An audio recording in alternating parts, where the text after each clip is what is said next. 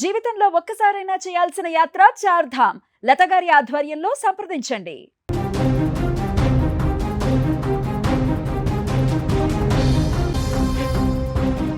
అడుక్కునే చేతులే ఆయుధాలుగా మారాయి. ఆకలి తీర్చమని వచ్చినవాడు ఆశించిన స్థాయిలో భిక్షం వేయలేదని కక్ష కట్టాడు. మహబూబాబాద్ పట్టణ కేంద్రంలో చోటు చేసుకున్న ఈ దారుణ ఘటన ఇప్పుడు స్థానికంగా సంచలనం రేపుతోంది. షాపు యజమాని ప్రాణాలను బలి తీసుకోవాలని చూసిన ఆ బిచ్చగాడి ఉదంతం ఇప్పుడు చర్చనీయాంశంగా మారింది. పట్టణంలోని ఒక షాపు యజమాని వద్దకు ఒక వ్యక్తి భిక్షం కోసం వచ్చాడు. దీంతో సదరు షాపు యజమాని అతనికి 5 రూపాయలు బిచ్చంగా వేశాడు. అయితే తనకు ఇచ్చిన మొత్తం సరిపోవట్లేదని, అంత తక్కువ ఎలా ఇస్తావంటూ సదరు బిచ్చగాడు ఆగ్రహంతో ఊగిపోయాడు. మాట పెరిగి వివాదం తీవ్ర స్థాయికి చేరడంతో ఆ వ్యక్తి తన వద్ద ఉన్న కత్తిని తీసి శ్రీనివాస్పై దాడికి ప్రయత్నించాడు. ఈ ఊహించని దాడితో షాపులో కలకలం రేగింది. పక్కనే ఉన్న వ్యాపారులు వెంటనే అప్రమత్తమై డయల్ 100కు ఫోన్ చేసి పోలీసులకు ఫిర్యాదు చేశారు. ఘటనా స్థలానికి చేరుకున్న పోలీసులు నిందితుడిని అదుపులోకి తీసుకున్నట్లు తెలుస్తోంది. ఈ ఘటన గురించి మరింత సమాచారాన్ని అందించేందుకు మా మహబూబాబాద్ ప్రతినిధి మధు అందుబాటులో ఉన్నారు. మధు అసలు ఏం జరిగింది? Thank you Vijay. మహబూబాబాద్ లో అయ్యో పాపం అని జాల చూపి దానం చేసి చేయబడిన వ్యక్తికి ఒక చేదు అనుభవం ఎదురైంది. అంటే మహబూబాబాద్ జిల్లాకి మా కేంద్రంలోని నడిబొడ్డున్నటువంటి నెహ్రూ సెంటర్ లో ఒక ఎలక్ట్రానిక్ షాప్ లో తను కస్టమర్స్ మొత్తం షాప్ లో ఉన్నారు. తను బిజీగా ఉన్న నేపథ్యంలో ఒక భిక్షాటం చేస్తూ 2 దంపతులు తన షాప్ కి వచ్చారు. వాళ్ళు రావడంతో వాళ్ళు కూడా వాళ్ళ ప్రవర్తన వింతగా ఉంది. ఒకరు డబ్బులు కొట్టుకుంటున్నారు, ఒకవైపేమో మరోవైపు తన భర్తనేమో చేతిలో కత్తి పట్టుకొని మరోవైపు కొడా పట్టుకొని కొట్టుకుంటూ ఒక విచిత్ర భయానక వాతావరణం సృష్టించే పనిలో ఉన్నారు వీళ్ళు అమాంతం ఒకసారిగా ఆ షాప్ లోకి వెళ్లే ప్రయత్నం చేశారు. వీళ్ళు వెళ్తున్న క్రమంలో ఆ షాప్ లో ఉన్న కస్టమర్స్, మహిళలంతా కూడా వీళ్ళ విచిత్ర వేషధారం చూసి ఒకేసారి భయాందోళనకు గురై వాళ్ళు పారిపోయే ప్రయత్నం చేశారు. ఈ క్రమంలో సదరు షాప్ యజమాని అయితే ఉన్నారో ఆ డబ్బులు తీసి సుమారు 5 రూపాయలు తీసి వాళ్ళకి ఇవ్వబోగా, మాకు 5 రూపాయలు వద్దు, ఇంకా డబ్బులు కావాలి, అధిక మొత్తం మాకు డబ్బులు కావాలని చెప్పేసి చేతిలో ఉన్న కత్తిని చూపించుకుంటూ ఇలా బెదిరించబోయారు. దీంతో కోపోద్రిక్తులైనటువంటి ఆ షాప్ యజమాని కూడా తనను బయటకు పంపించే ప్రయత్నం, ఎందుకంటే ఆ షాప్ లో కస్టమర్స్ ఉన్నారు, మహిళలు ఉన్నారు, వాళ్ళు కూడా ఒక భయాందోళన గురవుతున్న పరిస్థితి ఏర్పడింది. ఆ సందర్భంలో మళ్ళీ అంటే పెద్ద ప్రమాదం చోటు చేసుకుంటుంది అని చెప్పేసి తనని చేయి పెట్టి ఇలా నెట్టేసి ప్రయత్నం చేయడం బయటకి. దీంతో ఆ ఇరువురి మధ్య, అటు భిక్షాటనకు వచ్చిన వ్యక్తి ఇటు షాప్ యజమాని మధ్యలోకి వచ్చిన స్వల్ప వాగ్వివాదం మధ్య చోటు చేసుకుంది ఈ ఇద్దరి మధ్యలో. దీంతో భాగంగా తన చేతిలో ఉన్న కత్తిని ఒకేసారి ఇలా విసడంతో ఏదైనా షాప్ యజమాని శ్రీనివాస యజమానుడు తన చేయికి గాయం కాక ఇటు సేమ్ టైం తనకు కూడా భిక్షాటనకు వచ్చిన అతను కూడా ముఖంపై కూడా చిన్న చాకుతో చిన్న గాయం అయితే అయింది. ఈ విషయం తెలుసుకున్నటువంటి చుట్టుపక్కల షాప్ యజమానులు కూడా మొత్తం వచ్చి వాళ్ళని అంటే వారించి పక్క పెట్టేసి వీళ్ళకు 100 పోలీసులు కూడా సమాచారం ఇచ్చని తెలుస్తుంది. ఇంకా సగర స్థానానికి పోలీసులు కూడా వచ్చారు. రెండు విషయం తెలుసుకొని భద్రకైతే వాళ్ళని అక్కడి నుంచి పోలీస్ స్టేషన్ తీసుకెళ్లి అక్కడ భద్రగా వాళ్ళు విచారణ చేస్తున్నారు. అంటే వీళ్ళు ఎక్కడి నుంచి వచ్చారు, ఎప్పుడు వచ్చారు, ఎందుకు వచ్చారు అనే వివరాలు సేకరించి పనిలో పడ్డారు భద్రకైతే పోలీసులు.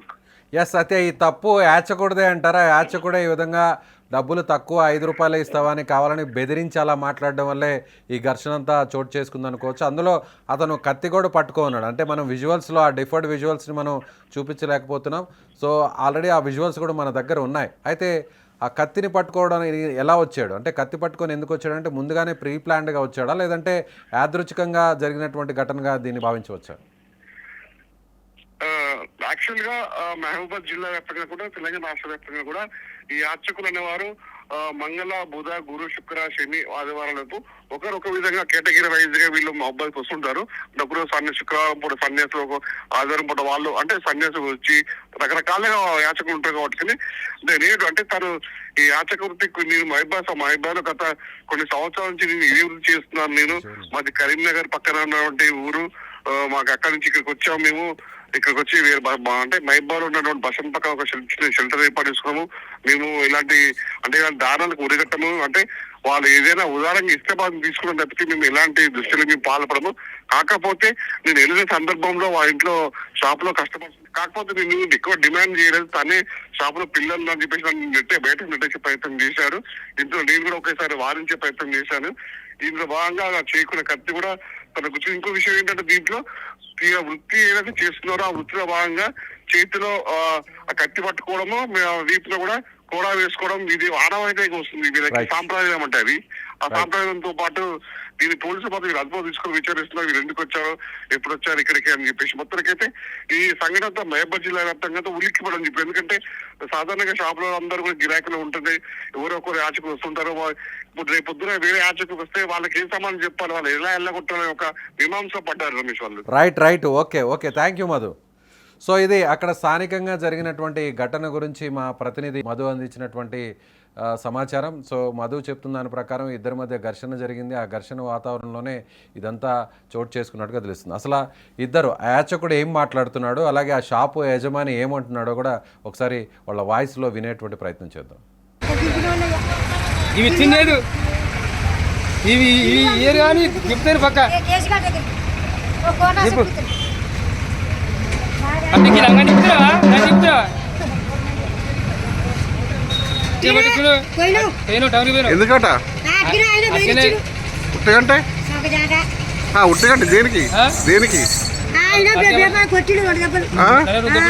ఎవరు ఎందుకు ఉత్తగంది కొడతాడే ఏమైందాడా ఎందుకు కొట్టిండు డబ్బులు అడిగినావా మరి ఆడ ఏమన్నాడు మరి నువ్వు కత్తి పట్టుకున్నావా ఆయన కోసుకపోయిందా ఆయన కూడా కోసుకపోయిందా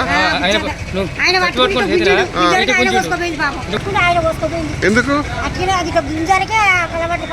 ఇంకోసారి చూసి పోలికి పాపం ఆయన పైపంగా మీద సార్ కూడా చెప్పి స్టేషన్లో పాపం పొల్యూషన్ బిల్లా. నా పేరు శ్రీనివాస్ అండి. మాది నెహ్రూ సెంటర్లో డిష్ టీవీ సర్వీస్ సెంటర్ నడిపిస్తున్నాము. ఒక యాచకుడు వచ్చాడు, అతను డబ్బులు అడగడం వల్ల నేను అమౌంట్ కూడా ఇచ్చాను. అతను ఇచ్చిన అమౌంట్ సరిపోదని డిమాండ్ చేస్తూ షాపు లోపలికి దౌర్జన్యంగా వచ్చి కత్తితోని ఇలా అని బెదిరిస్తూ మా పక్కన ఉన్న ఇద్దరు కస్టమర్లను కూడా బెదిరించడం జరిగింది. అలాగే అతడు నోటికి ఏ విధంగా అయినా మాటలు ఇష్టం ఉన్నట్టు మాట్లాడడం, వల్గర్ లాంగ్వేజ్ మాట్లాడడం వల్ల జరిగింది. దానివల్ల కోపంతోనే అతను ముందుకు వెళ్ళడం జరిగింది. అతని కత్తితోనే నన్ను గాయపరచడం కూడా జరిగిందండి. సో చూసారుగా, చాలా క్లారిటీగా అతను కత్తి పట్టుకొని తిరుగుతున్నాడు. సో అతను ఆ యాచకుడు అడిగినట్ట డబ్బు ఇవ్వకపోవడంతో షాపు యజమాని మీద బెదిరింపులకు దిగాడు. ఆ తర్వాత ఒకానొక దశలో కత్తితో కూడా దాడి చేయడానికి ప్రయత్నించాడు. ఈ విషయం తెలుసుకున్నటువంటి ఆ షాపు యజమాని కూడా అతన్ని బయటకు నెట్టివేసేటువంటి ఆ పెనుగులాట జరిగింది. ఆ పెనుగులాటలో కూడా ఇద్దరికి చిన్న స్వల్ప గాయాలైనట్టుగా మనకు అర్థమవుతుంది. సో చాలామంది యాచకులు వస్తుంటారు, భిక్షగాళ్ళు వస్తుంటారు, ఇలా భిక్షం ఎత్తుకోవడం కోసం షాపుల వద్దకు వస్తున్నటువంటి దృశ్యాలు మనం రెగ్యులర్గా చూస్తూనే ఉంటాం. కానీ ఈ విధంగా అతను ఎక్స్పెక్ట్ చేసినంత డబ్బు ఇవ్వలేదని యాచకులే ఇప్పుడు షాపు యజమానుల మీద దాడికి దిగడం, అలాగే మాటల దాడి కూడా చేసేటువంటి ప్రయత్నాలు చేస్తున్నటువంటి పరిస్థితి కనిపిస్తుంది. సో ఈ ఇన్సిడెంట్ చూశాక మీకేమనిపిస్తుంది? ఇందులో ఎవరిది తప్పు అనిపిస్తుంది? సో ఇలాంటి వాళ్ళని ఏం చేయాలనిపిస్తుంది? మీ కామెంట్ని తెలియచేయండి.